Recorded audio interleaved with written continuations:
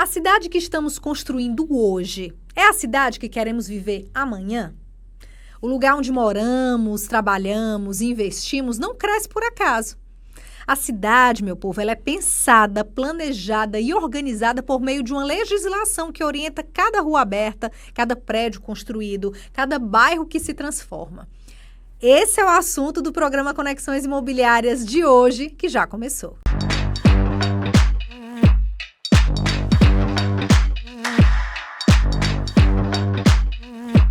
Seja bem-vindo ao Conexões Imobiliárias de hoje. Eu sou Mirelle Costa, jornalista, e para essa conversa sobre plano diretor, recebemos aqui no estúdio da TV Ceará, José Carlos Gama. Obrigada por ter vindo aqui ao programa. Eu que agradeço, Mirelle. Estou aqui à sua disposição. É um assunto de grande importância para todo cidadão que realmente mora e ama a nossa cidade. Exatamente, por isso que essa entrevista, ela precisa ser bem explicadinha. Então, por exemplo, o que significa o plano diretor? Tá. Vamos fazer um comparativo, tá? O plano diretor para uma cidade é como a Constituição para um país. É a lei maior que trata, na realidade, do urbanismo. Para onde, como você bem colocou, para onde a cidade quer crescer? Qual é, na realidade, a dinâmica dessa cidade? É uma cidade turística? É uma cidade industrial? É uma cidade dormitório?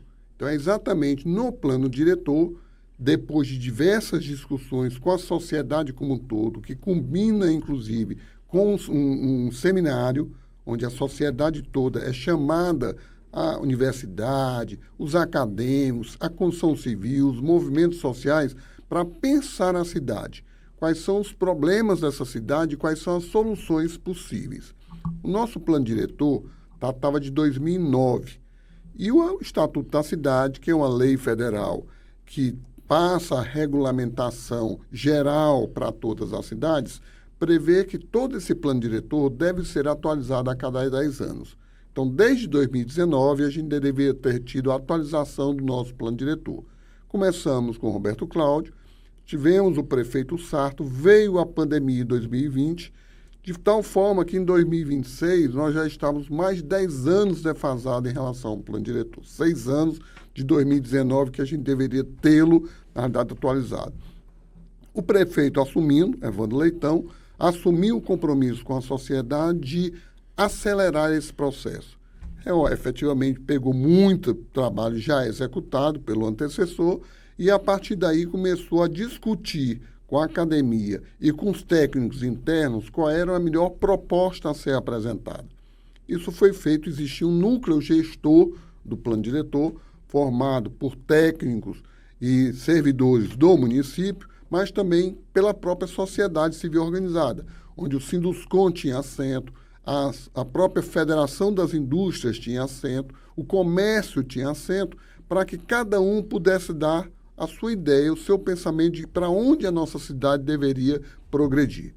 Isso foi feito, os técnicos prepararam a minuto, foi levado para um seminário de 2 dias, seminário da cidade, onde cada assunto era discutido em 8 grupos. Esses grupos, na verdade, iam decidir se aquela mudança proposta por algum cidadão ou por alguma entidade, deveria ou não ser absorvida pelo projeto do prefeito. Aconteceram 2 dias, os grupos temáticos aprovaram algumas alterações que foi levado para a plenária como um todo, alguns aprovados e outros rejeitados. Obviamente, por se tratar de um projeto de lei, a iniciativa do projeto de lei é do executivo, do nosso prefeito. Mas, no final, quem define são os nossos representantes na Câmara Municipal de Fortaleza. O projeto, chegando na Câmara Municipal de Fortaleza, passou-se a ter outro segundo debate, também exigido pelo próprio Estatuto da Cidade, e outras alterações foram feitas. O importante é que, no final, e aí, na verdade, o projeto final acaba, na verdade, atendendo a uma série de pessoas que muitas vezes pensam que têm pensamentos antagônicos, mas todos convergem para o mesmo fim, que é o bem da cidade, o bem do cidadão. Então, ambientalistas, movimentos sociais, construção civil, todos, no final, irmanam para o sentido da cidade. Obviamente, em algum detalhe, há divergência, que essa divergência, no final, foi a Câmara dos Vereadores quem tomou a decisão. Alguns pontos dando ganho de causa ao mercado imobiliário, outros aos ambientalistas e outros aos movimentos sociais. Mas a gente pode, na verdade, dizer, inclusive, não só como representante do setor do mercado imobiliário, mas como cidadão, é que foi um projeto final que atendeu às necessidades da nossa cidade. Qual foi o papel do Sinduscom? Pronto. Na elaboração, nas discussões? Como eu te falei, nós participamos efetivamente desde a elaboração do núcleo gestor, desde 2019. Nós participamos de toda a discussão. E nessa ocasião, nós procuramos quebrar alguns paradigmas. Eu vou citar, por exemplo, 2 para você. Tá? O primeiro, os chamados superprédios, né? A nossa legislação, nosso plano diretor, a própria lei do uso e ocupação do solo, prevê que o nosso gabarito máximo aqui seriam 23 pavimentos. Acontece que estudos mostram que muitas vezes, se você mantiver a massa construída do mesmo terreno, em vez de eu construir 2 apartamentos por andar, se eu colocar um em cima do outro, eu não estou aumentando a massa construída, mas eu estou melhorando a qualidade do projeto em si para os moradores e para a cidade. Porque quando eu coloco o segundo apartamento em cima do primeiro, eu estou aumentando os recursos, eu estou, na verdade, permitindo uma ventilação maior do terreno onde aquele prédio vai ser edificado em relação às demais áreas. Então, isso foi procurado mostrar, e a questão desmistificar. do sombreamento, que muitas pessoas falam, muitos fortalezenses se preocupam, que vê os arranha-céus sendo entregues já, sendo construídos, e se preocupam, será que a minha cidade não vai ficar mais quente? Pronto, então o mais quente eu já procurei explicar, porque ao você subir, ao você elevar a edificação, você está deixando mais espaço entre um prédio e outro. Com relação ao sombreamento, a grande diferença nossa em relação, por exemplo, a Camboriú, que sempre se dá exemplo, qual é? É que o nosso sol aqui é nascente, ele é praia do futuro. Então, toda a nossa beira-mar é norte. Se é norte e a posição do sol nasce no nascente e se põe num poente, não vai dar sombra na nossa beira-mar. Então, essa é que é a grande preocupação. Por que é que houve a restrição de gabarito na Praia do Futuro? Aí sim, porque a nossa Praia do Futuro é nascente. Se eu permitisse os chamados super prédios lá, eu teria o sombreamento da Praia do Futuro. Então, isso foi analisado e isso foi colocado no plano diretor. Agora, muitas pessoas questionam o super prédio na nossa beira-mar, alegando o sombreamento, que não vai acontecer. Não está acontecendo, até porque os primeiros superprédios, na realidade, já estão construídos e já estão executados. Então, essa foi um dos pontos que nós conseguimos desmistificar. O segundo ponto que nós conseguimos desmistificar foi com relação a 2 instrumentos que também o Estatuto da Cidade prevê para as cidades, que é a outorga do direito de construir e a outorga da alteração de uso. O que é a outorga do direito de construir? Nosso plano diretor diz que para determinada zona existe um índice de aproveitamento básico. Então, tem um terreno de 1.000 metros quadrados. Se o meu índice de aproveitamento básico for 2, significa que eu posso construir nesse meu terreno até 2.000 metros quadrados. Esse é um direito que eu tenho inerente ao direito de propriedade daquele terreno. Ora, mas se a prefeitura, se a cidade diz que naquela região existe infraestrutura que permite um adensamento maior, o que é que a prefeitura diz? Não, você pode construir até 3, ou até 4, ou até 5 índice de aproveitamento máximo, desde que você pague esse acréscimo de área à prefeitura. Então, você compra como se fosse um terreno fictício, então eu só tenho um terreno de 1.000 metros. Só posso construir 2.000. Para eu construir os 4.000 que eu quero, eu precisaria ter um terreno de 2.000 metros, porque 2.000 vezes o índice básico 2 daria 4. Como o meu terreno só é 1.000, eu compro 1.000 metros quadrados de terreno fictício à prefeitura. Pago isso à prefeitura e é um sistema de Robin Hood ao inverso. Ou seja, as pessoas que podem pagar mais, porque geralmente a outorga onerosa é utilizado nos bairros, na realidade, de maior potencialidade, como Meireles, Beira-Mar e etc. E esses recursos, obrigatoriamente, não vão para o Caixa Único da Prefeitura. A própria lei obriga que isso seja usado, na realidade, para atender as pessoas mais necessitadas. Então, as areninhas, por exemplo, de Fortaleza, todas foram construídas com recursos vindos da outorga onerosa. Da mesma jeito que tem a outorga onerosa do direito de construir, nós temos a outorga onerosa do alteração de uso. Vou lhe dar um exemplo. Você tem, na realidade, uma determinada quadra, onde, por exemplo, pelo lado da abolição, você pode construir um hotel. Mas o seu terreno está nesta quadra, não virada para a abolição, mas para a rua de trás. Silva Jataí, por exemplo.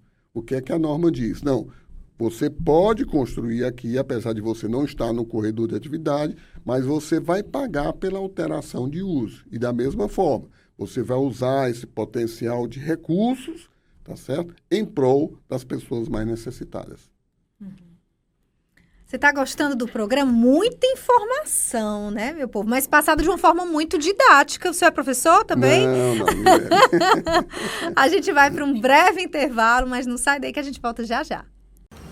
Impulsione sua carreira no MBA da FGV na MRH, uma instituição que forma líderes de destaque, eleita a terceira melhor think tank do mundo e a melhor do Brasil por 13 anos consecutivos, segundo o MEC. Além de cursos de diversas áreas, temos diferentes modalidades de estudo, presencial, blended, live e online. Garanta seu futuro brilhante. MBA é na FGV e MBA da FGV é na MRH.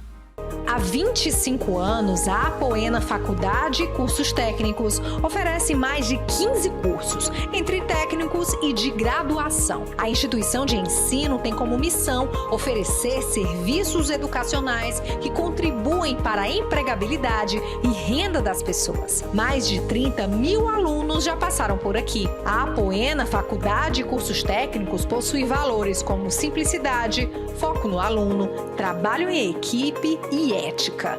A educação profissional está ao alcance de todos. Voltamos. O senhor acha que um plano diretor ele pode reduzir a desigualdade de uma cidade? Ele não só pode, como ele deve, tá? E eu vou, na verdade, inclusive, chamar a atenção para você num pequeno detalhe. O nosso plano diretor e a cidade de Fortaleza já foi pensada já há anos, nós estamos há 300 anos esse ano comemorando aí a nossa cidade de Fortaleza, sempre teve diferenciação desse índice básico que eu falei em relação às regiões da nossa cidade. Onde efetivamente já tem uma infraestrutura maior, obviamente o índice básico é maior, porque você tem um potencial construtivo maior. O Estatuto da Cidade veio e diz o seguinte: toda e qualquer cidade vai ter duas opções. Ou ter um índice de aproveitamento básico igual para a cidade toda, e aí você muda o índice máximo, ou você vai ter índice básico diferenciado em função do potencial de infraestrutura de cada região. Era o caso de Fortaleza. E aí, os técnicos, na realidade, que vieram e apresentaram a primeira minuta ao prefeito e depois os próprios técnicos da prefeitura, quiseram induzir a se apresentar um projeto em que hoje, você, por exemplo, em Messejana, que já podia construir um índice básico 1,5, caísse para 1, e que se você pagasse de 1 para 1,5, você poderia voltar para o 1,5. Isso, o Sinduscom foi veementemente contra. Por quê? Porque a outorga onerosa não é um indicador financeiro. O objetivo dele não é arrecadar mais recursos para a cidade. Ele é um indutor de planejamento. Então, não tinha sentido, por exemplo, uma pessoa que tem o seu terreno, tem o seu lote de 200 metros quadrados em Messejana, que até 2025 podia construir 1,5, então ele poderia construir até 300 metros quadrados. A partir de 2026, ele só pudesse construir 200 e, para construir 300, tivesse que pagar a prefeitura. O que é que isso ia gerar? A cidade real diferente da cidade legal. O cara ia construir fora da lei, sem alvará de construção, sem autorização da prefeitura, e a prefeitura, por não ter uma organização de fiscalização tão grande, aquela obra ia Então, ela perdia, na realidade, na arrecadação do próprio alvará e do próprio IPTU. Então, isso mostra para você de que o plano diretor, sim, pode fazer essa redução. Nós conseguimos, e aí deixar bem claro e agradecer o diálogo permanente, aberto pelo nosso prefeito Evandro Leitão, com o Sinduscom, e não só com o Sinduscom, com os ambientalistas, com os movimentos sociais, na procura realmente de um plano diretor ideal para a cidade. Nós mostramos esse equívoco para o prefeito analisou e a proposta que foi apresentada então na Câmara foi intermediária. Nem, na realidade, se manteve os índices atuais, mas também não se baixou tanto quanto os técnicos queriam. Então, foi uma operação ganha-ganha, uma operação em que todas as partes que estavam em discussão tiveram, na realidade, atendido em parte. São 619 artigos, né? E 173 emendas. Esse prazo de 120 dias é suficiente para colocar em prática? Pronto. O prazo de 120 dias, houve, na realidade, uma das emendas que prorrogou para 180. Então, o prazo do vacatio legis, ou seja, essa lei só vai realmente entrar em vigor a partir de maio, porque ele foi, na realidade, promulgada em novembro. Ainda é um prazo curto, e eu vou explicar por quê. Além do plano diretor, como eu falei, que é a lei maior do urbanismo, em seguida nós precisamos agora adequar a lei de parcelamento, uso e ocupação do solo. E depois o Código das Cidades. A própria lei, o próprio plano diretor, deu 1 ano para a prefeitura apresentar à Câmara Municipal a nova luz. Então, a nossa preocupação e a nossa alerta aqui para a sociedade é que faça uma cobrança realmente ao nosso prefeito, ao nosso secretário, doutor João, do Urbanismo e Meio Ambiente, de que esse projeto chegue o mais rápido possível para a Câmara Municipal, porque senão vai haver uma incompatibilidade e a cidade pode parar. Por quê? Porque o plano diretor atual mudou o zoneamento da cidade.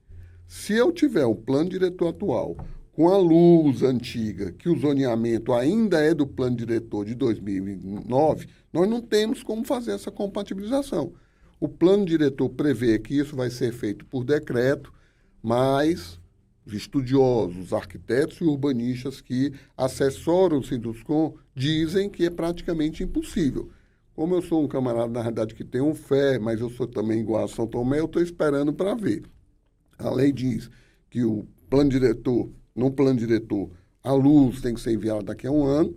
Como o novo plano diretor já vai entrar em vigor em maio, a prefeitura, através de decreto, vai fazer esse tipo de compatibilização. Para a cidade isso é bom? Na minha avaliação, salvo melhor juízo, não. Por quê? Porque o decreto é algo discutido apenas pelo Poder Executivo. A luz é uma lei, projeto de lei, que o Executivo apresenta e o Legislativo aperfeiçoa. Então, a luz tem que vir de 2 poderes que são independentes, mas que se falam entre si. O decreto parte só do Executivo e, a partir daí, já é para ser obedecido por todo cidadão. Uhum. Para quem está assistindo o nosso programa e fica se perguntando o impacto disso, né, na sua vida, na sua casa, eu pensei mais ou menos assim. O plano diretor vai dizer, por exemplo, quando você compra um terreno, aí o senhor corrige se eu estiver errado ou não. Para ajudar quem está em casa nos assistindo, se você comprou um terreno em uma determinada rua, em um determinado bairro, o plano diretor ele serve para dizer qual recuo que a casa deve ter, o quanto você pode ocupar do terreno, a altura máxima da construção, a largura que a calçada deve ter. Sim. Então, sim. Tudo isso é plano diretor.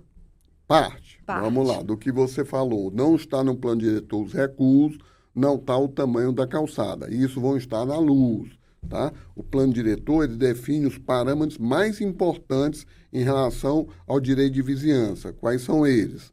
Altura, que você falou, índice de aproveitamento, que é o potencial construtivo, eu tenho um terreno de 100 metros quadrados, quanto eu posso construir em cima desse terreno, taxa de permeabilidade, que é fundamental em função do problema da mudança climática que a gente está tendo, e taxa de ocupação do terreno. Tá? Então, esses 4 parâmetros estão dentro do plano diretor. Recuos, tamanho de calçada, fração do lote, todos os demais indicadores importantes, mas não que diz respeito à vizinhança, estarão na LUAS. Por isso é que eu digo, eu tenho um plano diretor que me diz uma zona hoje nova, que foi criada pelo novo plano, que não está no plano diretor antigo. Mas a LUAS fala da zona antiga. Como é que eu vou ter esses outros parâmetros para uma zona nova que foi criada no plano diretor se eu ainda estou com a LUAS antiga? Esse é o grande problema. E com relação às áreas verdes, como essas áreas verdes foram avaliadas pelo plano diretor, a gente pode dizer que a gente vai ter uma cidade mais verde, houve essa ampliação da proteção das áreas verdes, aumento de áreas ambientais?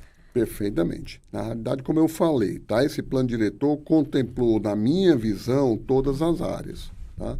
Primeiro trabalho fundamental que o nosso prefeito orientou a equipe, qual foi? Trazer para dentro da lei municipal toda a legislação federal e estadual que protege o meio ambiente. Então, hoje, você era muito difícil porque eu tinha uma determinada área no município de Fortaleza que você podia construir, mas existia uma lei estadual ou federal que transformava aquela área numa área de proteção ambiental. Certo? Então, você tinha que estar não só olhando a legislação municipal, mas a legislação do Estado do Ceará e a legislação federal. Então, isso já foi incorporado no novo plano diretor, razão pela qual, e aí foi dito muito bem pela imprensa, que aumentou mais de 40% a área verde da cidade em relação ao plano diretor passado. Parte disso foi em função de quê?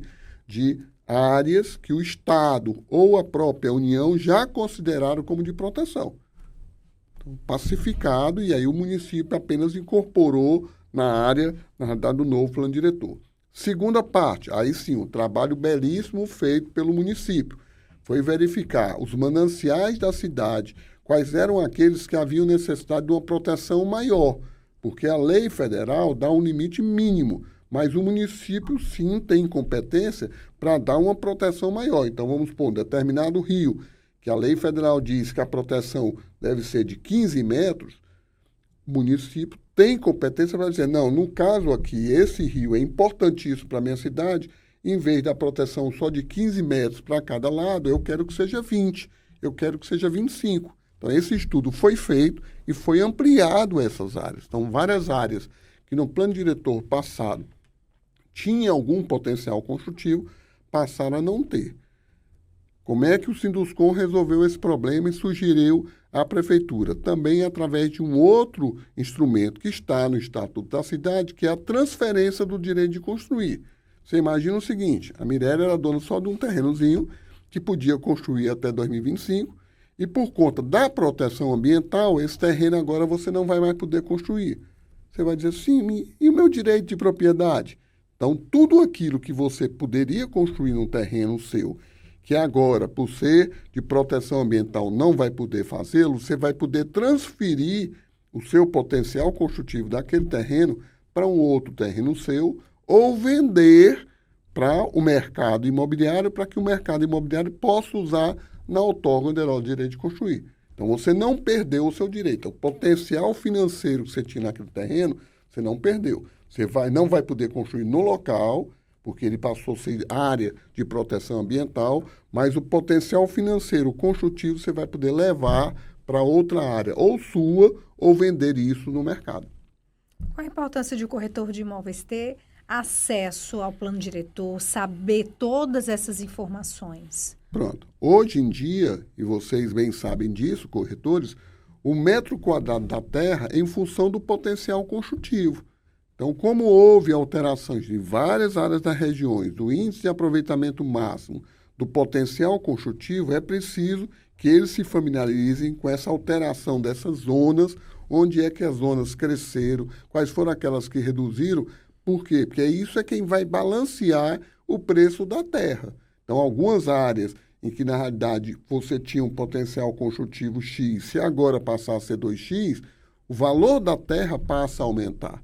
Por isso é que a gente diz que o plano diretor, ele induz para onde o crescimento quer ir. Exemplo, áreas que, na realidade, com certeza tiveram um potencial construtivo maior hoje em dia. Presidente Kennedy, em função, na realidade, do shopping que para lá se foi, a área da Unifor, onde para lá foi o Tribunal de Justiça, Luciano Cavalcante, Guararapes. Então, são áreas que a própria prefeitura, o próprio Estado, vendo o potencial de crescimento, já começou a levar para lá infraestrutura. Então, áreas que não tinham rede de esgoto passaram a ter, que não tinham infraestrutura de água pluvial passaram a ter, ruas que na realidade eram menores passaram a ser alargadas para permitir, então, o crescimento. Porque o crescimento imobiliário, ele vem a reboque do crescimento da infraestrutura. Isso é importante, até porque um dos instrumentos novos que também veio no plano diretor, que estava no Estatuto da Cidade, mas que nunca tinha sido regulamentado no município de Fortaleza, é o IPTU progressivo, Imposto Previdencial Territorial Urbano Progressivo. O que é que significa isso? Áreas em que existe todo o potencial para que você construir, esse terreno não pode ficar vazio sendo especulado.